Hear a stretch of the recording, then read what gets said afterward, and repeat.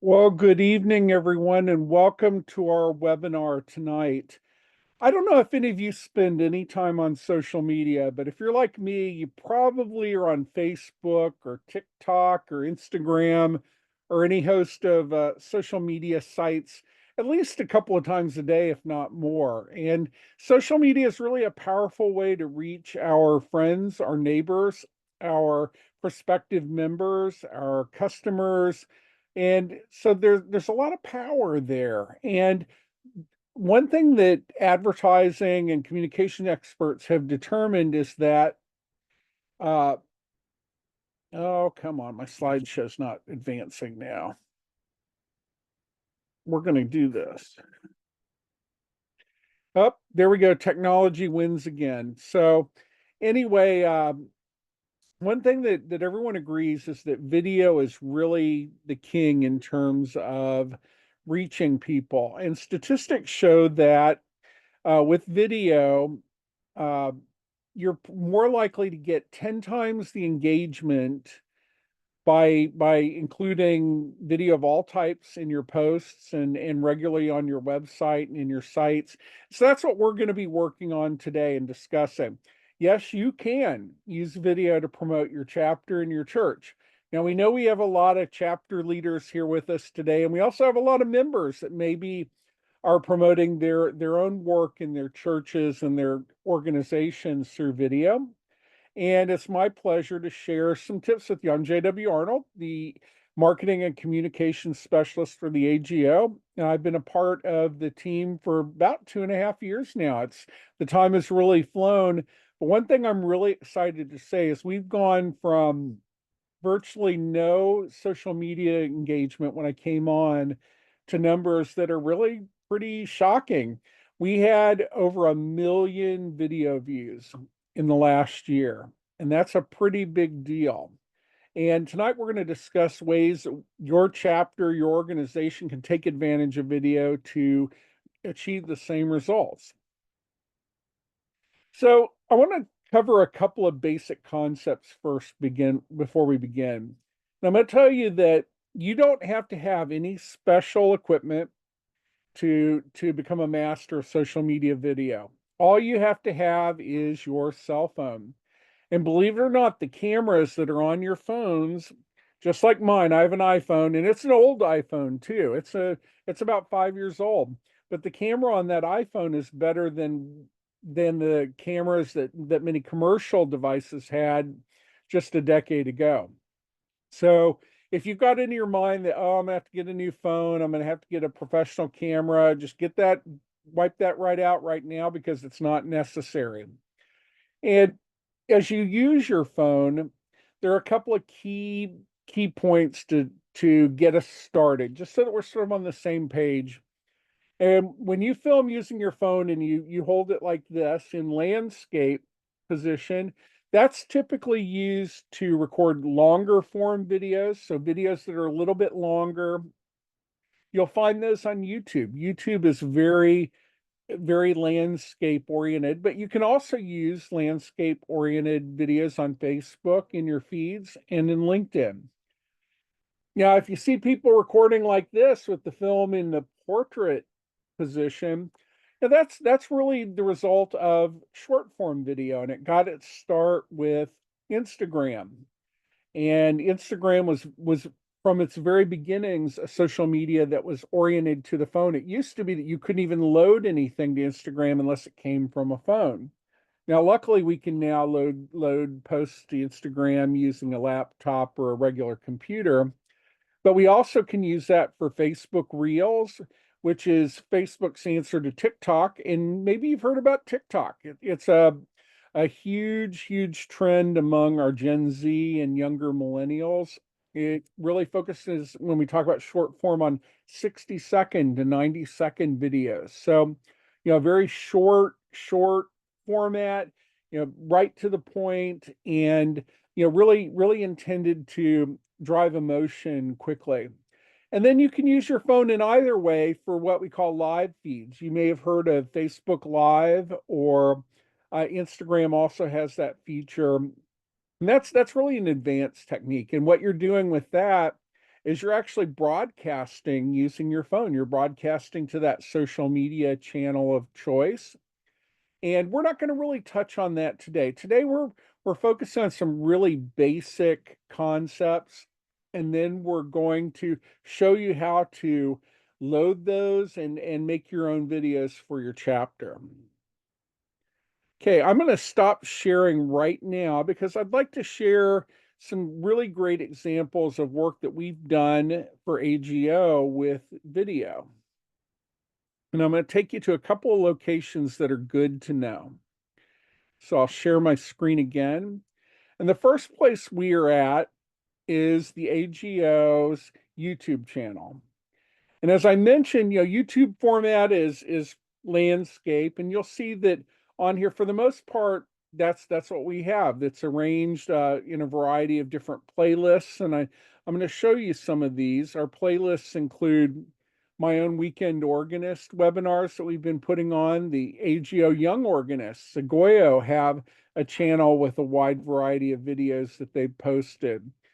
We have teaching webinars, professional development, technology.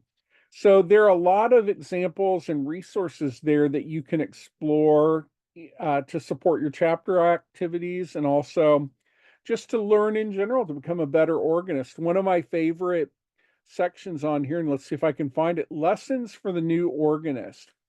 And there are about 24 short lessons for a beginner, maybe someone that just has some piano experience and wants to learn the organ and learn about how it works and how to register and how to use the organ to accompany vocal music and play in a church. And believe it or not, those videos, since they posted just a short couple of years ago, have received over 500,000 views.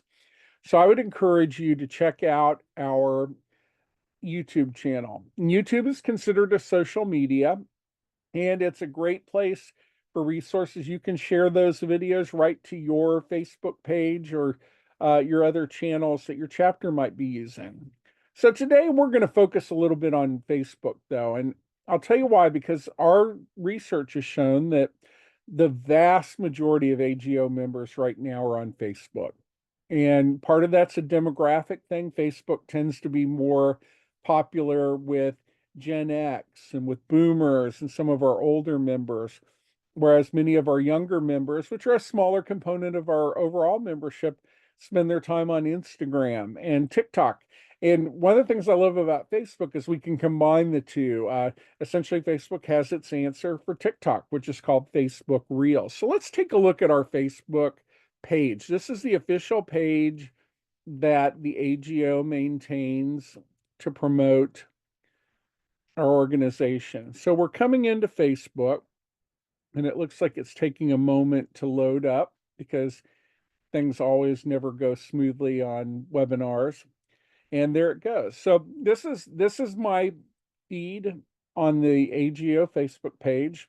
And I want to call a couple of things out to you. We follow as many chapters as we possibly can. We've gone and liked your pages and followed them. And that's how we turn around and we share your posts on our page as well. And that helps us to promote your events. So it looks like the Durham Chapel Hill chapter has an event coming up this weekend. So we're going to share that with all of our chapter members and our followers. We come down up, it's an ad. Don't like the ads so much, but you can see that we have a feed pretty much like you do. It's just organizational. And when you look over to the right here on my screen, you'll see that they give me a really quick summary. And in the last 28 days, it shows me that our AGO page has shown up in the feeds of about 145,000 people. That's kind of what post reach means. Now, post engagement is always going to be a little bit smaller, 9,000 and some change. And those are the folks that stop and take a few minutes or moments to look at a post. Maybe they read the caption, maybe they'll take a look at the photo, but they're engaging with us in an active way. Maybe they're watching a part of a video. And then below that, we have new followers. So we have had 338 new followers just, basically over that span of 28 days. and it's kind of a rolling 28 days. So but if we have a really good week where we have lots of video views and we don't keep it up, eventually we're going to go past that 28 days and then our numbers sink. And so on any given week, our numbers might range from 145 to 190,000 reach for our page. Now I'm going to take you, this is what our page looks like for most viewers when they come and they go to facebook.com/AGOHQ. And what I've done is I've selected over here under the More tab, I've selected videos. And you can see there's a place where we would upload a video, but this kind of gives us an overview of the videos we posted. And some of these are landscape, some of these are portrait videos. And you can see that we can see the number of likes, we can see when it was posted, approximately how many views it has. But at the top of the page is our most popular video. And this is from a visit that Anna Lapwood made to Minneapolis. And I stood on the edge of that organ bench and I just snapped short videos of Anna with the kids on the bench. Let's just take a look at what that video was. And I'm going to turn.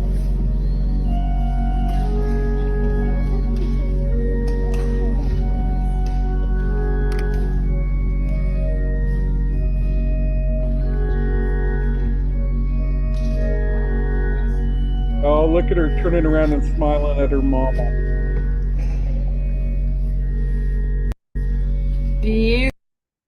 Oh, that was a neat little moment there. And she stopped the whole event to bring as many kids. Every kid that wanted to get up and sit at the organ with her was given a chance. And with this little girl in the princess costume, she said, "You play on the black notes." And she did basically a pentatonic kind of an arrangement. And the little girl, who had really probably had very little idea what she was doing, played, and we know how that makes music. But let's look at this. So that video got over 2,000 likes and 145 shares. And that's pretty cool because the power of social media is in the shares. It's not so much, there are a lot of factors that affect things, but at the end of the day, if people say, "You know what, I want to show this to my friends. I want my friends to see this." And we're going to demonstrate in a minute how the power of sharing. But as we look down the screen, you can see a whole slew of videos that we've posted over the last year or so. You'll notice a couple of things with them. In almost every one, what do you see when you see the video? You see a person at the organ. And so when somebody comes upon that video in their feed, they're going to immediately hopefully be drawn in by the fact that there's a young person or a person sitting at the organ playing that instrument and want to watch it. So let's go back and we're going to take the next screen, which allows us to kind of take a look. This is the real truth behind that video that we saw. So that video, that little 30-second video that I caught of Anna with the little young girl, it had a reach of 101,000. 108,000 impressions because a lot of people came back and watched it again or interacted with it, like 2,300 people there did. But look down here. This was a video that Anna Lapwood shared. And because Anna Lapwood has a huge social media following, that video got 129,000 plays. And we look at it, basically most people looked at it for just 11 seconds. And that's not unusual. We know how our attention span is kind of gone when we're scrolling on social media. If it doesn't catch our attention right off the bat, we swipe or we scroll, and we tend to move past it pretty quickly. And in this case, I think people realized that it was roughly 30 seconds of that kind of ethereal pentatonic music, and so they enjoyed it. But what the power of the reels are, this is the equivalent of TikTok, and it allows us to get out there beyond just our followers. We have 20,000 followers of our AGO Facebook page, And that's grown, it's doubled. When I started, we had about 10,000 followers on this page. Now we have about 20. And that's largely been due to this Facebook Reels and TikTok strategy, because one thing that it does is if you're on Facebook at all, you know that those Facebook Reels keep coming. They don't have a set time span. They'll and the most important thing is they go outside of your follower base, your folks that have liked you. And so it's really possible for them to kind of go viral in a sense. Let's take a look at some of those Facebook reels. So these are the reels that we posted in the last several months. And you can just look by going along. Oh, look, here's one that got 68,000 views. We scroll a little bit further. Here's one with 72,000. Here's one with 35,000 and 41,000. And the thing that makes them all similar is they're very short. I'm gonna play a couple of these because they're all just 30 seconds a minute, just to give you a sense of what it takes to catch someone's attention and to grow. So let's look at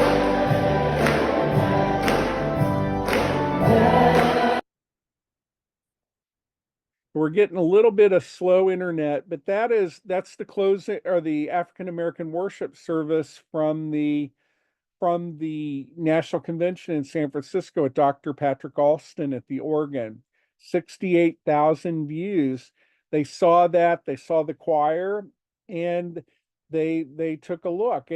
And from a strategy standpoint, we think that anything that puts the organ and puts our name out front with people out in Facebook land and internet land is a good thing for us. Let's see if we can get another one that did really well. Here's the big concert with the organist from Notre Dame Cathedral, got 52,000 views. And the one thing you're going to notice is these aren't perfect performances. They're not edited to be, here's the beginning, here's the end. What we do is we want to find a good 30, 60, 90 seconds that'll just kind of intrigue people and get their attention. So let's take a look.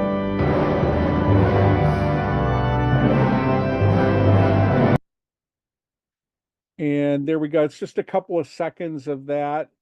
And it wasn't a clean start, but they see the man at the organ, they see the conductor there. Here's our southeastern regional champion from the Riccio competitions, Abigail Crafton. Let's see if I may have a little bit of a slow internet, and it's also a little hard to share video over the internet and then share it over Facebook. It tends to get a little sticky sometimes, so it may not run.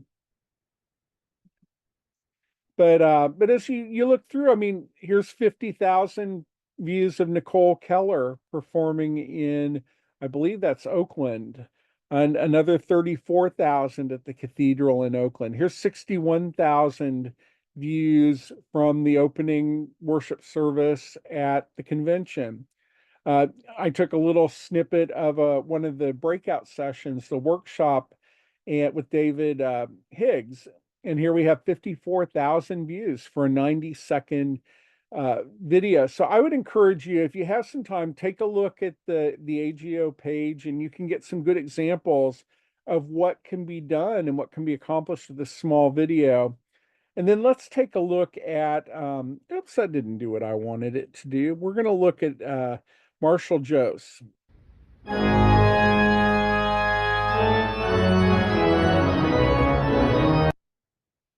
Yeah, we're having the same problem here, but let's look at his video first. I'm going to pause it. But if you look down in the corner, you can see why did he get 79,000 or 72,000 plus views? He had 487 likes. He had 25 shares.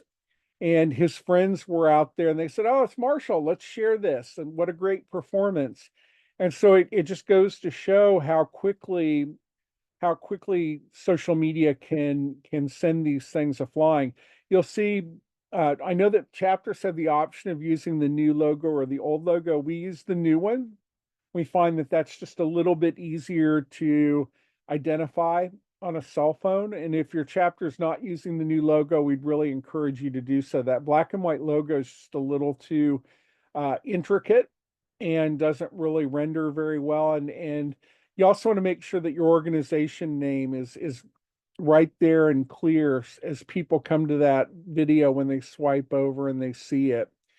In this one, we kept the caption very short as well, with the idea that people could kind of see it without having to click or do anything else to see. And I will tell you that the process of posting these videos is very similar on Instagram. So if you're already on Instagram, it's very simple to do that. It's a very simple process. But let's go over and I'm going to show you how I posted our latest video on our website today. So I'm going to stop the share. I'm going to take us back to our PowerPoint. And while I'm doing that, my colleague Daniel McCaffrey, who's our membership and information technology coordinator, is on the call with us today and managing it. And if you have any questions, don't hesitate to drop those into the chat, and he'll let us know if something comes up. But I just want you to know that this isn't super scary. It's not super hard. Some of our best most best performing videos happen because our chief membership officer, Elizabeth George, was at an event in Minneapolis. Not the one with Anna Lapwood, but their annual event where they introduced children to the organ. And she just took little videos. She just sent them to me via text and we posted them. And by the end of the day, we'd had a couple 100,000 views because they were just very engaging. And she was able to text them right over, and I put them right up on our site. So let's take a look at the directions, because I think you're going to find it's not so bad to do this. So if you want to take a video and post it to your Reels, it's super duper easy. And we start over on the left. This is my photo library, and I was at an AGO event in Indiana, Pennsylvania this weekend. So I looked at all the photos and the various short videos that I took. I decided I was going to start with this video right here that you'll see in the second screen. So I selected it and it came up. And then all you have to do to put this all in motion is go down to the bottom left-hand corner and you'll see the share button. It's circled with the red circle. When you hit share, then you'll see the video is right there. I checked it, it was checked. And then I selected the Facebook icon just below that to share it to Facebook. Then it took a few minutes. My phone had to prepare the video with Facebook to get ready to upload it. Okay, and then once that video got uploaded and was good, then it gave me a choice. You'll see share to, and we have the option feed, story, reels, or groups. Now, your feed is your regular Facebook feed, and it shows you what it's going to look like. If you chose to post this on your feed, it shows you that the video is going to be a little bit truncated at the top and the bottom, and that's how it'll look. A story is kind of like an animated photo album.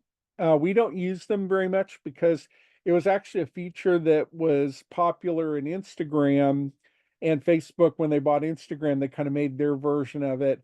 One of the reasons I'm not as big of a fan of it is they disappear after a certain amount of time. So you do all that work to put up a post and then poof, it's gone in a day or two.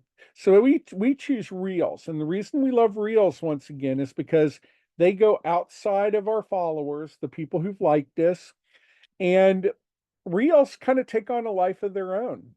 And I'm still getting notifications of likes from videos that we posted at the national convention. That was the beginning of July, and this is almost the end of October.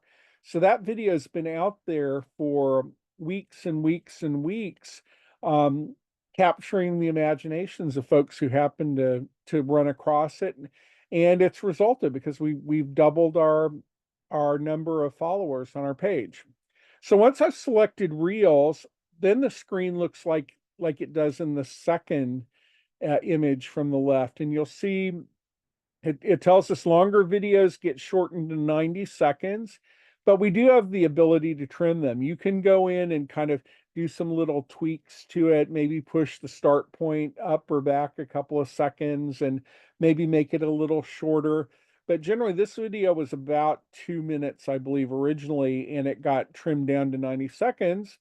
But that's generally what most people kind of look for. They're looking to explore, see it, listen a little bit, and then they may move on. So in this case, I would encourage you do the same. Just play with your videos, get them in there and trim them a little bit. You can put a header on the front of it, text if you want to. The one thing I found over the last couple of years is that that first image is really important. You want something that immediately they see the organ, they see a young man playing at the organ. We don't want them to have to guess what the video is because they'll swipe right past it in no time. And so our next step, I hit next in the bottom, was to write the caption. So in this case, I wrote Max Esmus was one of the organists who premiered Rochelle Loran's Legend of Sleepy Hollow at Indiana University, and noted that it was the winner of a competition. Because we're in the internet world of hashtags and tagging, I made sure to hashtag AGO and organist because sometimes people will search by those terms to find content. And one of the tricks that cautions maybe I'll give you is, unlike a post on a feed, you can't really go back and fix typos when you post a reel like this.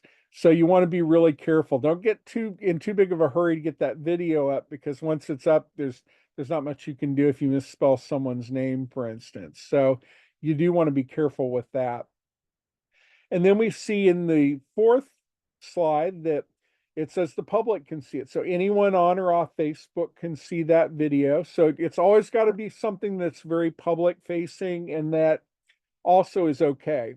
I will warn you, if you're doing some of your events, make sure that you've got a photo release or a video release, especially if you're working with young children.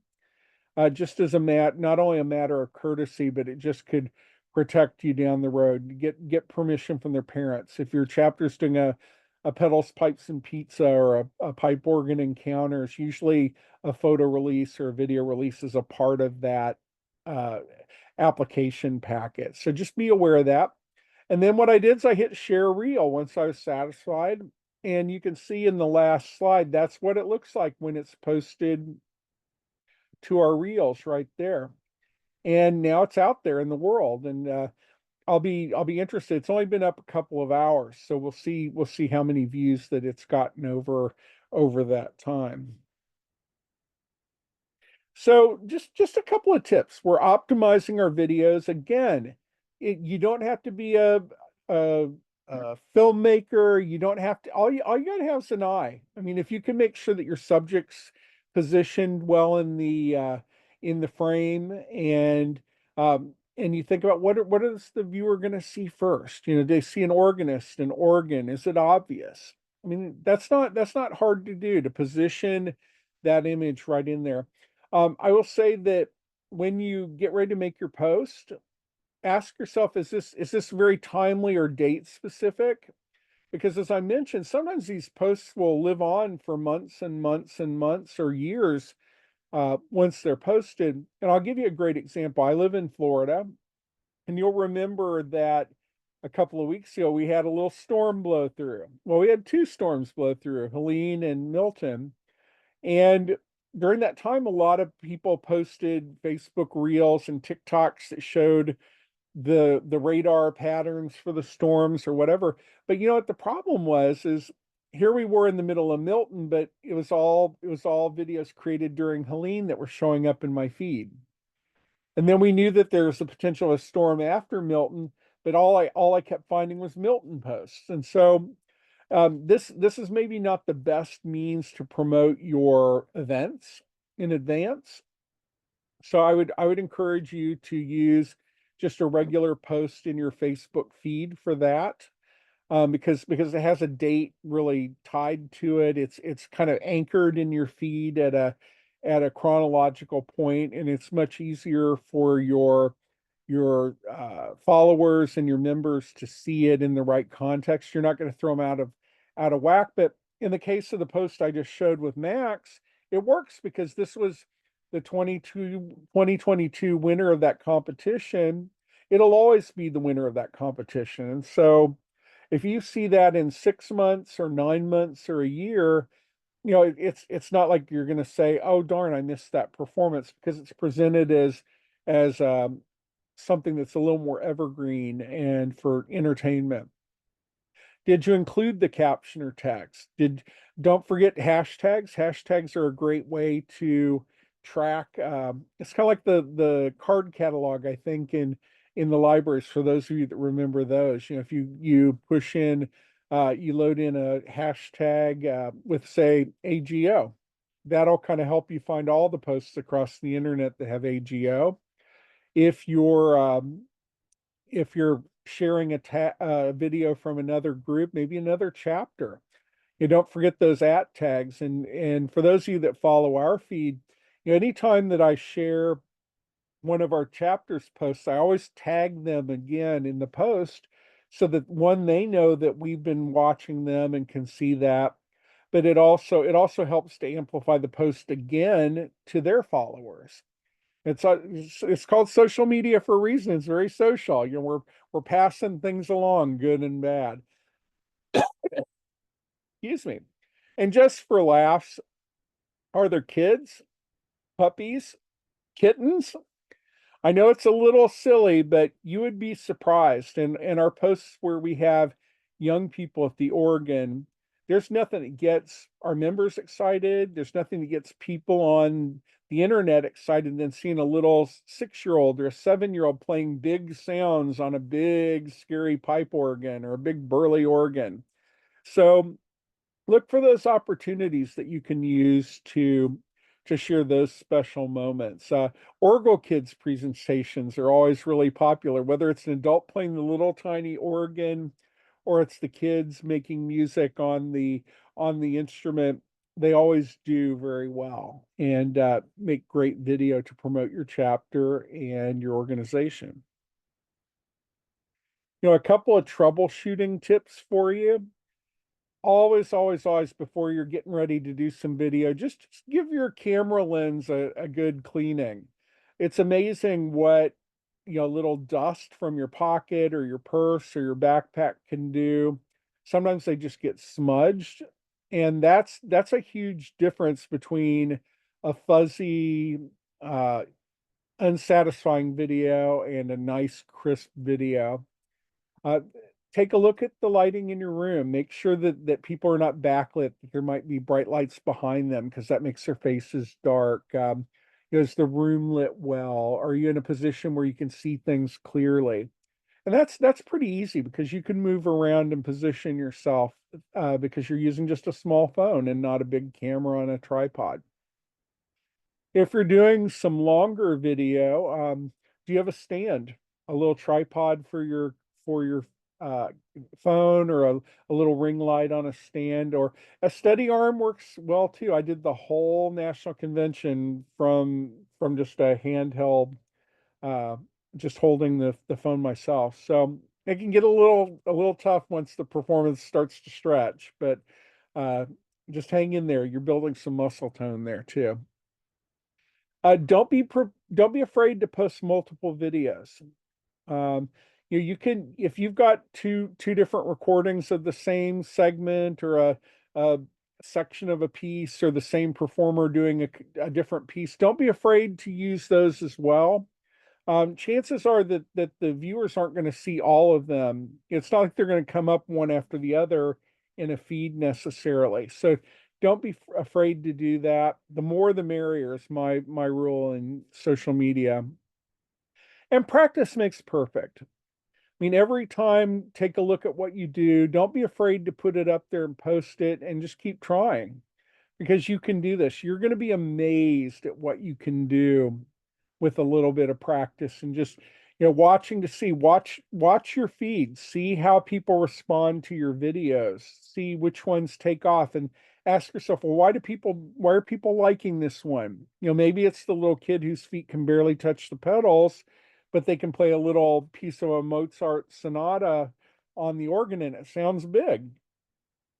or whatever the case may be. Maybe it's something that people aren't used to hearing on in Oregon. But watch and see what catches on with people, and that'll really help you to improve your videos as you go. And then I think a last tip also, watch other people's videos and don't be afraid to share them. I'm going to throw a shout out to a chapter that's really embraced this idea, the Central Florida chapter. If you take a look at their Facebook feed, they are sharing video on a daily basis. So the people who follow their chapter, I mean, they're getting fed all sorts of entertaining videos, whether it's Anna Lapwood or it's fun performances or historical stuff or videos of performances on historical instruments. I would really encourage you to check out their page so that when you're not creating content of your own, take advantage of that platform to engage your own members and your viewers. And I know we have just plowed through like a million things today, and it's okay. We're going to have this recording available. It'll be available on our new AGO website if you haven't checked it out at agohq.org. But it'll also be shared on our YouTube channel, which you just saw a few minutes ago, and you can always come back and take a look. But more importantly, I hope that you'll know that you're always welcome to reach out to me. I'm happy to share whatever assistance that I can. And if we happen to be in the same place at the same time, I'd love to team up and create some great videos to promote our AGO. So keep that in mind as well. And I'm going to ask Dan, have we had any questions in the chat so far? Nope, none so far. But if there are any, if anybody here wants to ask a question, and there's only 4 people here today, so if you'd like to come on video or you want to ask a question with your voice, you're welcome to do that. If not, we can just go ahead and wrap her up. Great. Well, I know we got a small group tonight. Thank you for being here. And let us know how things go for you. Don't be afraid to give it a try. Um, there's no such thing as perfect, only on the organ bench. So there's a lot of room to learn, to improve, to promote your chapter, and let us know how it goes. Let us know how we can assist you. And I just want to thank you all for being here tonight. If you're someone who's tuning in on the recording, again, don't hesitate to reach out. And good luck with your videos. Before we totally wrap up, we did get one thing in the Q&A. I think Russell Litchfield had a question about copyright. Russell, did you want to ask your question to JW directly? I'll allow you to talk if you want to reply. I just wonder about the implications of copyright or license kind of things on these short reels. How is that? What I'm not phrasing very well here. No, What implications are there for copyright with short things? I know the longer ones you can get problems. You're correct, Russell, and copyright is always a consideration.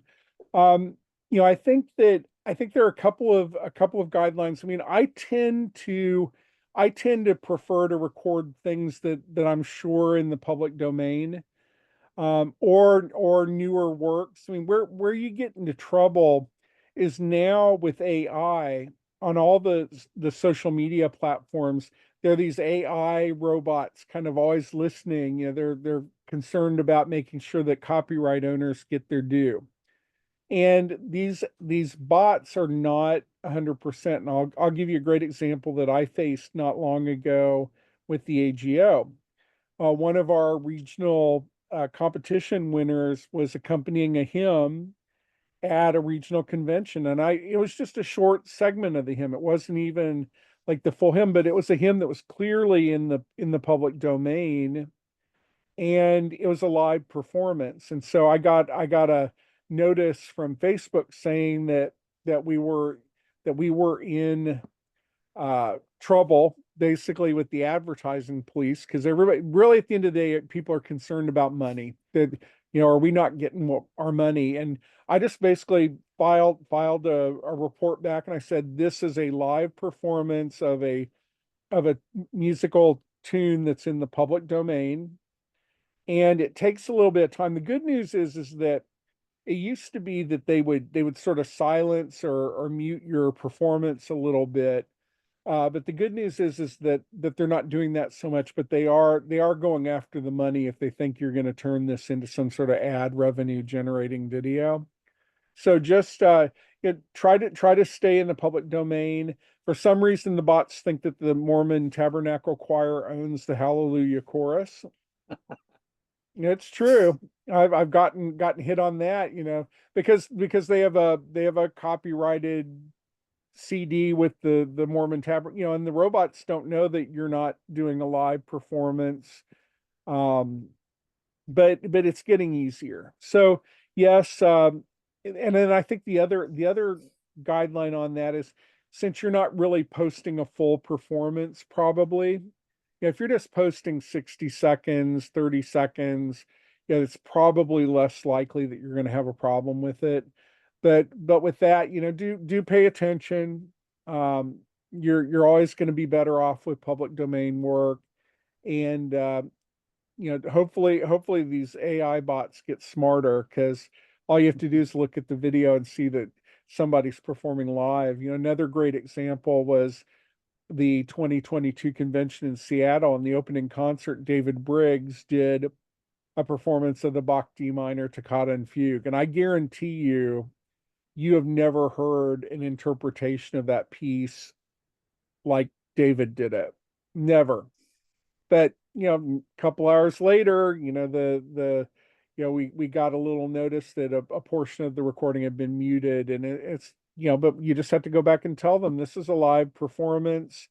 It samples little sections, but I don't think that this falls into the area of concern like it would, say, if you were broadcasting your church service, where you're actually broadcasting a performance and of the entire work, and the audience potentially can use that. And so I hope that answers your question. Yeah, it's a little sticky, but for the most part you should be fine.